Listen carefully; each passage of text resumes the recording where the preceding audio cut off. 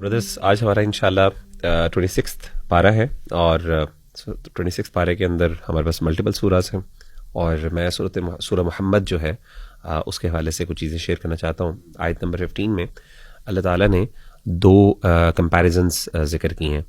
ایک اللہ تعالیٰ نے اہل جنت کا ذکر کیا ہے، اور پھر اہل جہنم کا ذکر کیا ہے، اور خاص طور پہ جو رمضان المبارک میں جو روزہ ہے اس میں پیاس ہے، تو پانی کا اور ڈرنکس کا اللہ نے ذکر کیا خاص طور پہ۔ اور میں سمجھتا ہوں کہ یہ اہل جنت کی جو نعمتیں ہیں ان کو ہمیں ذکر کرنا چاہیے، جس طریقے سے خاص طور پہ نوجوانوں کے لیے نا ترغیب اور ترہیب دو چیزیں بہت زیادہ افیکٹو ہوتی ہیں، ڈرانا اور اسی طریقے سے ان کو موٹیویٹ کرنا۔ تو میں نے دیکھا کہ میری زندگی کے اندر بھی پریکٹیکلی جب میں نے اقبال کیلانی صاحب کی مشہور کتابیں جو آپ کو پتہ ہے کہ جنت کا بیان، جہنم کا بیان، وہ میں نے ساری کتابیں پڑھی تھیں، تو مجھے یاد ہے کہ میری زندگی کے اوپر عملی طور پہ بہت اثر آیا تھا ان کا، خاص طور پہ جنت کا بیان، جہنم کا بیان۔ سبحان اللہ، انسان کو خوف آتا ہے، انسان کو موٹیویشن ملتی ہے۔ تو یہاں پہ اللہ تعالیٰ نے ظاہر ہے آج کل رمضان ہے، پیاس لگ رہی ہے ساروں کو روزے کی حالت میں، تو ایسے موقع کے اوپر اللہ تعالیٰ نے جو یہ نہروں کا ذکر کیا ہے، میں اس کا ایک تھوڑا سا اسپیکٹیکل آپ کے سامنے رکھنا چاہ رہا ہوں۔ آیت نمبر 15 میں مثل الجنت التی وعد المتقون، مثال جنت کی جو کہ پرومس کی گئی ہے متقین کے لیے، یعنی باغ کی، فیہا انہار، اس میں نہریں ہیں، من ماء غیر آسن، ایسے پانی کی نہریں ہیں جن کا کبھی بھی بدبو نہیں بدلتی، یعنی خوشبو ہی رہتی ہے ہمیشہ، اس میں کبھی بدبو نہیں آتی۔ وانہار من لبن لم یتغیر طعمہ، اور اس میں کچھ نہریں ایسی بھی ہیں جو کہ دودھ کی ہیں جن کا ذائقہ کبھی بدلتا نہیں ہے۔ وانہار من خمر لذۃ للشاربین، اور ایسی نہریں بھی ہیں جو ایسی خمر کی ہیں، ایسی شراب کی ہیں جو کہ بڑی لذیذ ہے پینے والوں کے لیے۔ وانہار من عسل مصفى، اور اس میں نہریں ہیں خالص شہد کی، سبحان اللہ۔ ولہم فیہا من کل الثمرات، اللہ کہتے ہیں ان کے اندر ہر قسم کے میوے ہیں، پھل ہیں۔ ومغفرۃ من ربہم، اور سب سے بڑی بات جو اللہ کی مغفرت ہے۔ میں یہاں پہ احمد بھائی خاص طور پہ اس چیز کا ذکر کرنا چاہتا ہوں کہ اہل جنت کو اللہ تعالیٰ نے علی بھائی دو بڑے انعامات سے نوازنا ہے۔ دنیا کی نعمتیں، اور یہ نعمتیں تو ہیں متشابہات وغیر متشابہات، یعنی ملتی جلتی اور غیر ملتی جلتی۔ کچھ نعمتیں ایسی ہوں گی جو اسپیسیفکلی جنت کی ہوں گی، لیکن میجورٹی جو ہوں گی وہ دنیا والی نعمتیں ہوں گی۔ آبویسلی اپیرنٹلی ملتی جلتی ہوں گی، لیکن ذائقہ اور اس کی کوالٹی اور یہ ساری چیزیں ڈفرینٹ ہوں گی۔ تو ایسے موقع کے اوپر اللہ تعالیٰ نے جب دنیا کی ہر نعمت ان کو مل جائے گی، جنت کی ہر نعمت ان کو مل جائے گی وہاں پہ، اور اعلیٰ ترین کوالٹی مل جائے گی، تو اس موقع کے اوپر جنت والے جب سیشیٹڈ ہو جائیں گے ہر طریقے سے، تو ایسے موقع پر اللہ دو بڑے گفٹس ان کو عطا کریں گے۔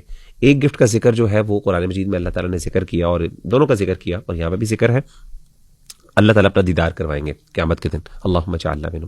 حدیث میں آتا ہے اللہ کے رسول صلی اللہ علیہ وسلم نے فرمایا کہ اہل جنت اپنے رب کو اس طرح دیکھیں گے جس طریقے سے 14ویں کے چاند کو دیکھتے ہیں، بالکل کلیئرلی، جو رات کو نظر آتا ہے انسان کو۔ اور وجوہ یومئذ ناظرہ الی ربہا ناظرہ، اس کی بھی تفصیل موجود ہے۔ اسی طریقے سے جو دوسرا بڑا گفٹ ہے احمد بھائی، وہ اللہ کی رضا کا ہے، اللہ کا راضی ہونا۔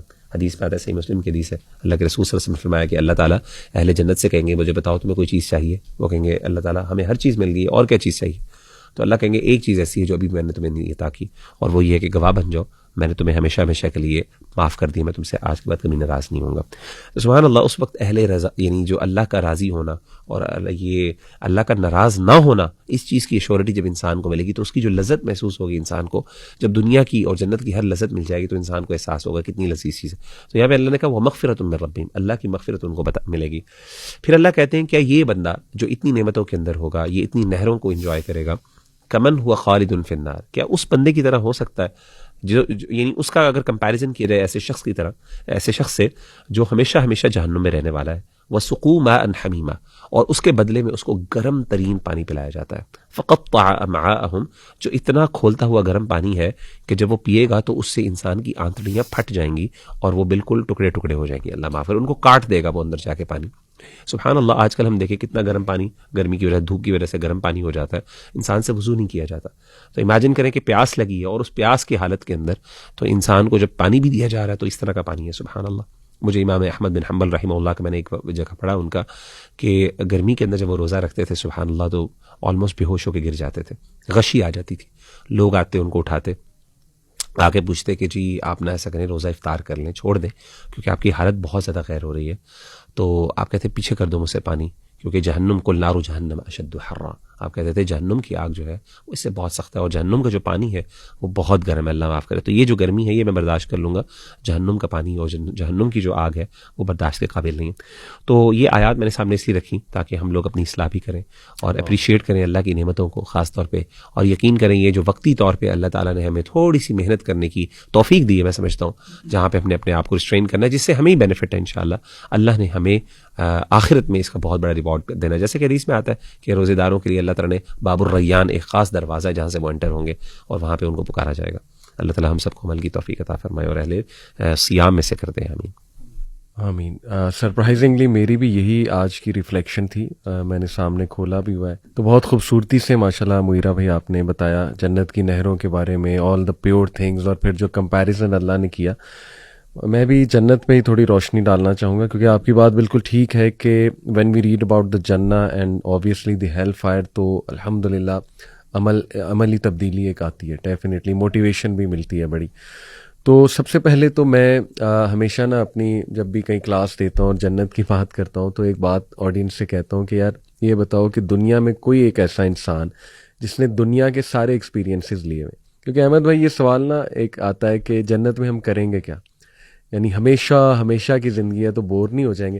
تو دیکھیں میں آڈینس کو اکثر کہتا ہوں کہ اگر تم صرف اس ارتھ کی مثال لو نا تو شاید اس میں تمہیں 1000 سال کی بھی عمر مل جائے تو شاید وہ بھی ایوری سنگل ایکسپیرینس کے لیے، اور وہ جو ہیومن کریٹیوٹی ہے اور وہ جو ہیومن ٹیلنٹ ہے مطلب اس کو مد نظر رکھتے ہوئے شاید میں تو کہتا ہوں 10,000 سال بھی شاید کم ہے، یعنی کوئی بندہ اتنا بھی چاہیے.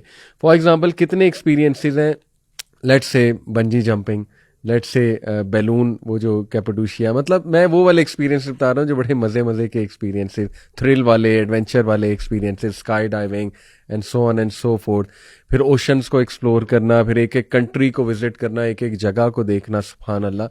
تو اٹ از امپاسبل کہ کوئی 65-70 سال کی جو ایوریج ایج ہے اس میں اس دنیا کو ایکسپلور کر لے.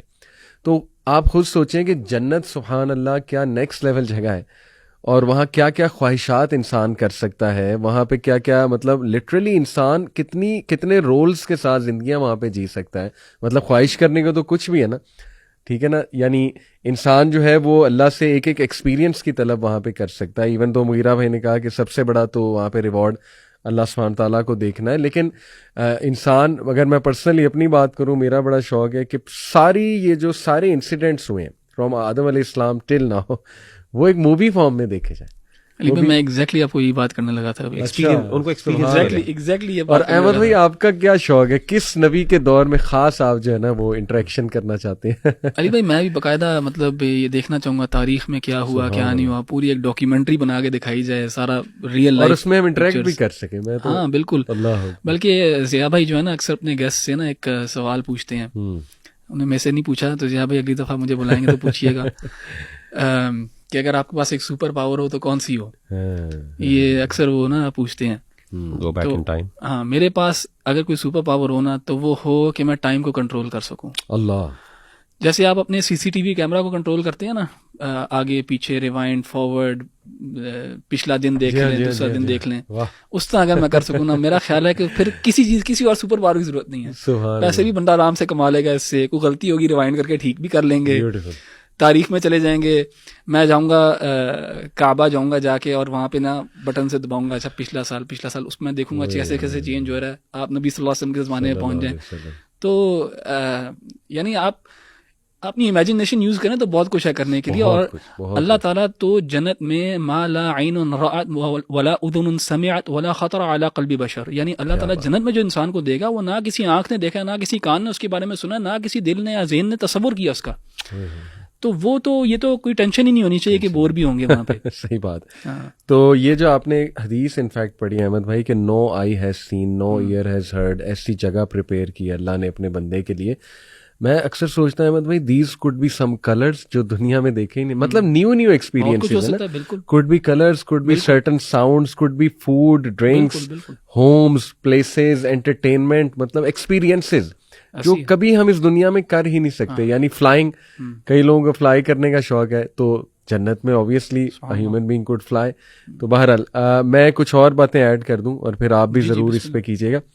اچھا یہ ایک تو ہمیں اس کی جنت کے بارے میں سورہ آل عمران آیت نمبر 133 سے پتہ لگتا ہے کہ اس کی جو ویڈتھ ہے it is as vast as the heavens and the earth. پھر اس کے درجات بھی ہیں, چیمبرز ہیں,